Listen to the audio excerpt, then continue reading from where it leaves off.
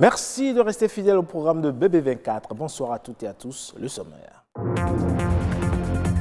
Le marché de l'emploi s'enrichit de nouveaux diplômés, des ingénieurs de conception et des spécialistes des secteurs industriels et biologiques. Ils ont reçu leur parchemin cette semaine à l'université d'Abomey-Calavi. Célébrer la Saint-Valentin autrement en donnant un peu de son sang. Du sang pour sauver des vies humaines, mais aussi pour réduire le taux de fer. L'initiative a pris corps ce 14 février. Il protège toutes les œuvres de l'esprit, quel qu'en soit le genre, le mérite ou la destination. Le droit d'auteur pour les artistes plasticiens est un droit exclusif en cas d'utilisation de leurs œuvres.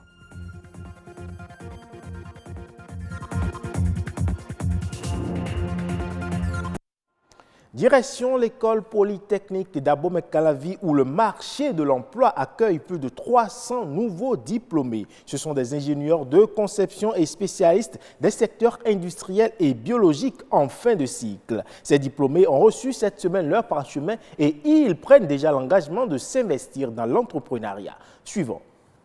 Plus de 300 diplômés de l'école polytechnique d'Abomey-Calavi sur le marché de l'emploi. Parchemin en main.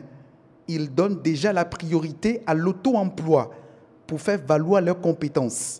En tant que finissant dans les réseaux de télécommunications, nous optons pour l'auto-emploi. Donc déjà avant de tenir mon parchemin, j'ai eu déjà à créer quelques structures avec mes camarades dont nous exerçons dans la maintenance informatique, le community management, l'infographique et tout ce qui est avec dans notre domaine.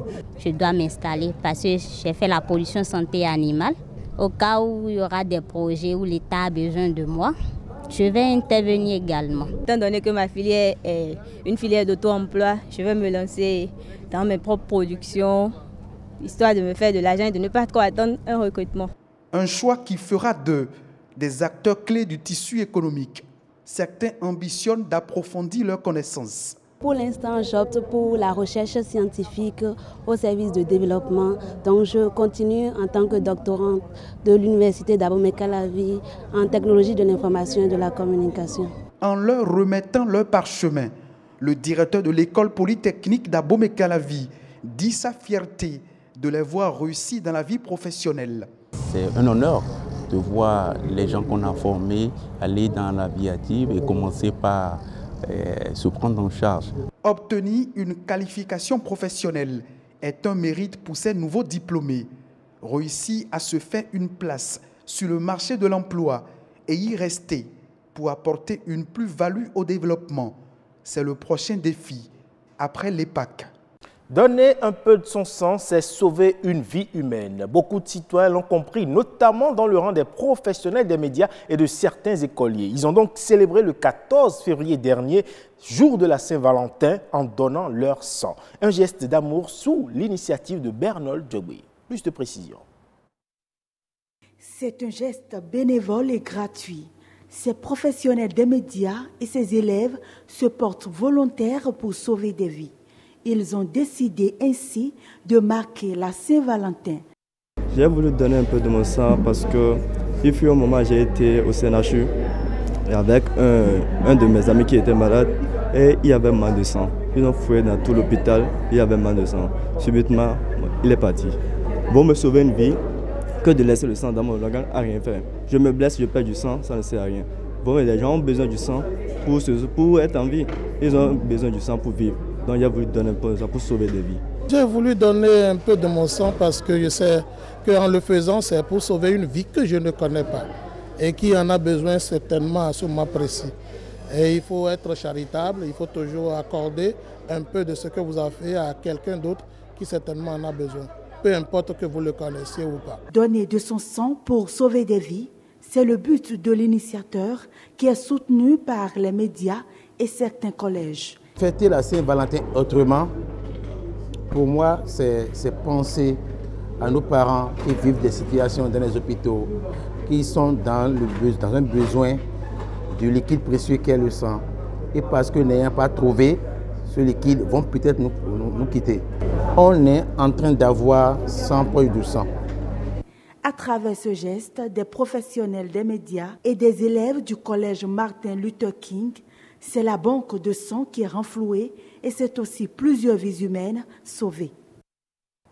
Il dispose d'un droit exclusif sur chacun de ses œuvres. On parle là des artistes plasticiens. Pour exploiter leur création, il est indispensable de les contacter pour avoir d'abord leur accord. Au Bénin, la protection des œuvres de l'esprit préoccupe justement plus d'un.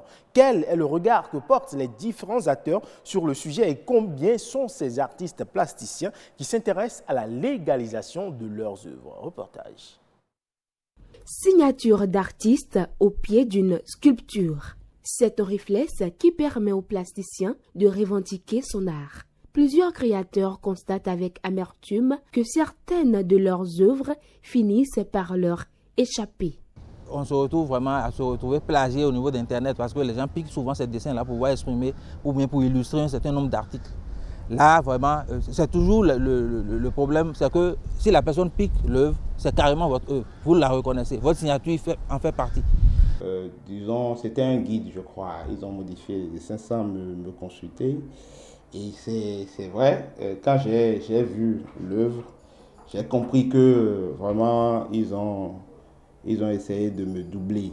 Une menace qui constitue un frein pour l'épanouissement de ces créateurs d'art visuel. La corporation s'interroge alors sur la jouissance des droits d'auteur. Pour en bénéficier, les plasticiens doivent se rapprocher de leur administration de tutelle. On n'est pas trop rigoureux à ce niveau-là, ce qui fait qu'effectivement, il y a beaucoup de tricheries, mais ce n'est pas puni. Ce qui fait que les gens continuent à le faire. Et je crois que c'est parce que l'Africain est très accueillant qu'on se permet de laisser les choses comme ça. Effectivement, les artistes doivent se protéger. Les artistes doivent quand même connaître les textes et faire en sorte de se faire gruger le moins possible. Quand les artistes plasticiens s'enregistrent au niveau du Bubedra, c'est comme s'ils sont un peu oubliés. On voit plus les musiciens au Bubedra que les plasticiens. Au bureau béninois des droits d'auteur et droits voisins, Bubedra, on note un manque d'engouement de la part des plasticiens. Le taux d'adhésion frise l'abstention. Au niveau du Bubedra, nous avons reçu au total 118 artistes plasticiens qui sont enregistrés. Il faudrait prendre le problème sur deux volets. Il y a certains qui sont informés mais qui ne s'intéressent pas trop. Il y a certains qui ne sont pas du tout informés. Nous allons continuer toujours l'œuvre de sensibilisation pour les amener à s'intéresser. Je leur demande de faire confiance au Bubedra et de venir faire leurs déclarations. La question de protection des œuvres de l'esprit est d'actualité. Les deux parties ont compris l'urgence et l'utilité de disposer d'une galerie pour permettre aux acteurs du domaine de valoriser les œuvres. Cependant, mettre sur pied un moyen d'identification de leur production devient une priorité.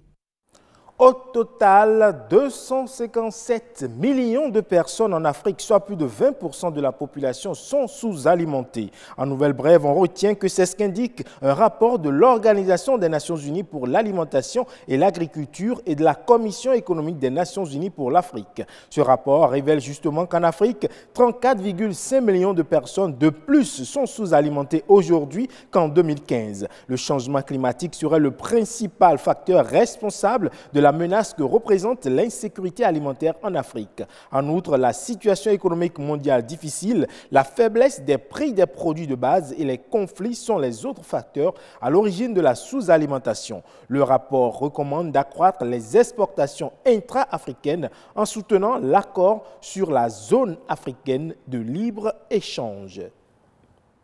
Merci pour votre aimable attention. Le programme se poursuit sur BB24.